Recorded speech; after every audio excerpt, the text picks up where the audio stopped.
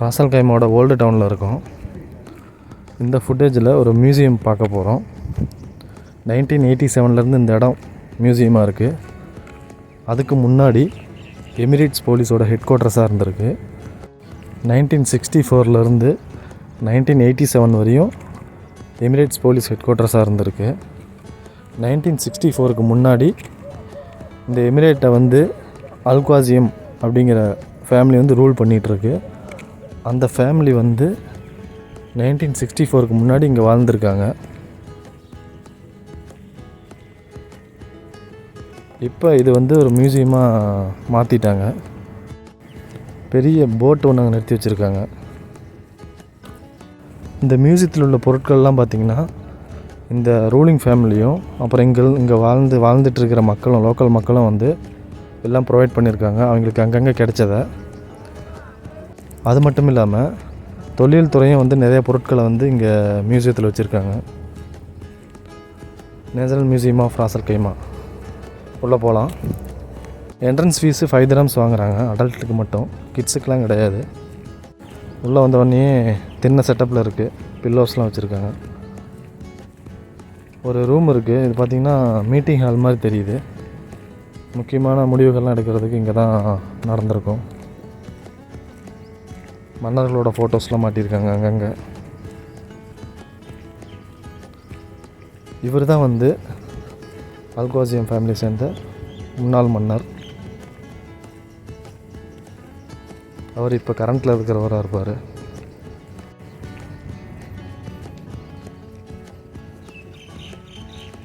ஃபுல்லாக மேட்டு போட்டிருக்காங்க கீழே. அப்படியே வெளியே வந்தோமா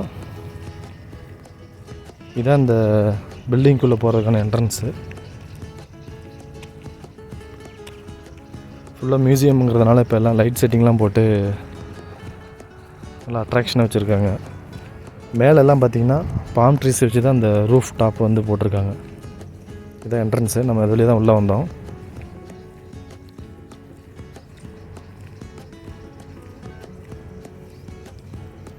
ரெண்டு சைடும் ஃபுல்லாக உட்கார்ற மாதிரி போட்டிருக்காங்க. அங்கங்கே அவங்களோட அந்த காலத்தில் யூஸ் பண்ண பொருட்களை வச்சுருக்காங்க லைட் செட்டிங்கோட. இது எல்இடி ஸ்க்ரீன் இப்போ மியூசியம்ங்கிறதுனால புதுசாக அட்டாச் பண்ணியிருக்காங்க.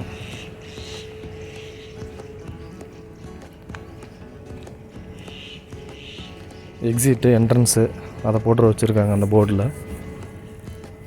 இங்கே ஒரு என்ட்ரன்ஸ் இருக்குது.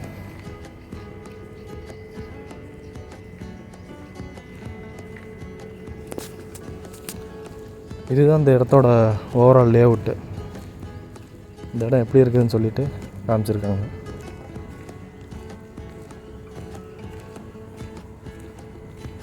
அந்த ரூலிங் ஃபேமிலி வாழ்ந்த இடமும் இப்போ மியூசியமாக இருக்கிற இந்த இடமும் போலீஸோட ஹெட் குவார்ட்டர்ஸாக இருந்த இடமும் என்ட்ரன்ஸ் இது தான். நம்ம உள்ளே போகலாம்.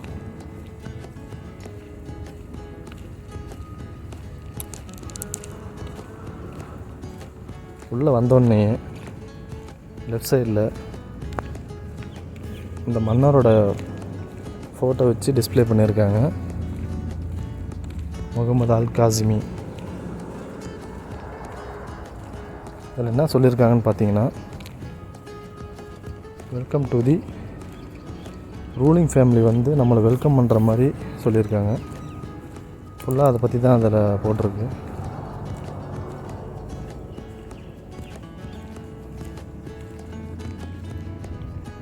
இந்த எல்இடி ஸ்க்ரீனில் எங்களோட ஹிஸ்ட்ரி, இவங்க என்னென்ன பண்ணியிருக்காங்க அப்படின்னு சொல்லிட்டு டிஸ்ப்ளே பண்ணியிருக்காங்க.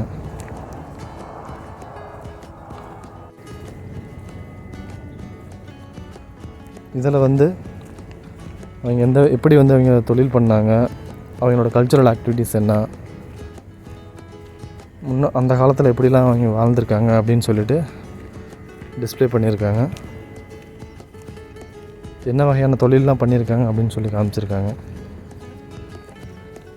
இந்த டிஸ்பிளேயில் பார்த்திங்கன்னா இந்த ஃபோர்ட் இருக்குல்ல, இப்போ நம்ம இருக்கிறது முன்னாடி கோட்டையாக இருந்திருக்கு. அதெல்லாம் எப்படி வெவ்வேறு காலகட்டத்தில் எப்படி இருந்ததுன்னு சொல்லி டிஸ்ப்ளே பண்ணியிருக்காங்க.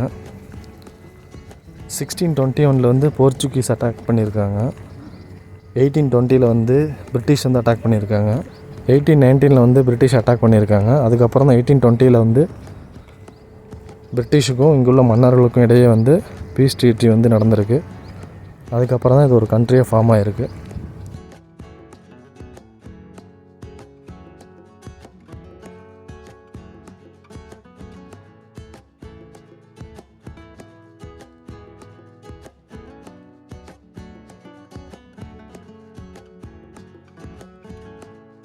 இந்த வழியாக ஃபோர்ட்டோட உள்பக்கம் போகலாம். இங்கே பார்த்தீங்கன்னா இந்த ஃபோர்ட்டோட டைம் பீரியடை போட்டிருக்காங்க. ஒவ்வொரு டைம் பீரியட்லேயும் வந்து இந்த ஃபோர்ட்டு எந்த மாதிரி இருந்ததுன்னு சொல்லிட்டு கலரை வச்சு டிஃப்ரென்ஷியேட் பண்ணியிருக்காங்க. இந்த ஃபோர்ட்டோட ஓவரால் லே அவுட்டு, இதோட சைடு வியூவு, இப்படி தான் அந்த ஃபோர்ட் இருக்கும்.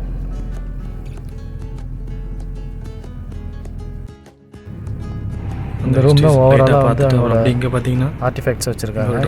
இது பார்த்தீங்கன்னா இந்த பேர்லிங் அவங்க ஃபிஷிங் பண்ணும்போது போடுற அந்த ட்ரெஸ் மாதிரி அவங்க யூஸ் பண்ண இதெல்லாம் பொருள்லாம் வச்சுருக்காங்க இங்கே ஷோகேஸில்.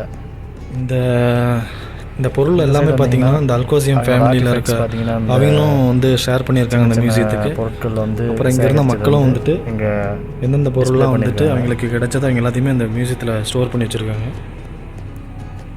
அந்த பீரியடில் அவங்க என்னென்ன யூஸ் பண்ணாங்களோ, சின்ன சின்ன கல் மாதிரி ஒரு கல், சின்ன கப்பு, அந்த மாதிரி எல்லா பொருட்களையும் வந்து இங்கே இந்த அளவு போடுற வச்சுருக்காங்க. இந்த மாதிரி ஐட்டமாக போடுற தராசு மாதிரி, பேர்லிங் ட்ரேடு, அதை பற்றின டீட்டெயில்ஸு அதெல்லாமே இங்கே காமிச்சிருக்காங்க. இங்கே சில திங்ஸ் வச்சுருக்காங்க.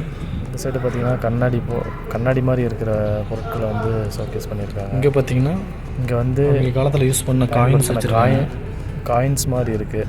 நிறைய டிஃப்ரெண்ட் டைப் ஆஃப் காயின்ஸ் இருக்குது. அதையும் இங்கே டிஸ்பிளே பண்ணியிருக்காங்க. இந்த மானிட்டர்லாம் பார்த்திங்கன்னா அவங்களோட கல்ச்சரல் ஆக்டிவிட்டீஸ்லாம் பெரிய பானை, இந்த குடுவையும் பார்த்திங்கன்னா பானை மாதிரி இருக்குது. இதுவுமே அங்கேருந்து எடுத்துருப்பாங்களாட்டங்குது.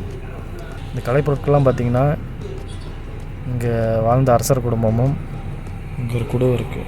இங்கே உள்ள லோக்கல் மக்களும் வந்து இந்த மியூசியத்துக்கு வந்து டொனேட் பண்ணியிருக்காங்க. இது ஃபுல்லாக பார்த்தாச்சு.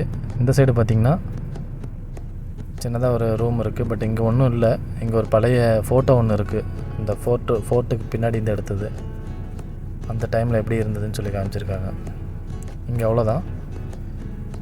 இதுக்கு அடுத்து இந்த ஃபோட்டோட உள்பக்கம் போகலாம்.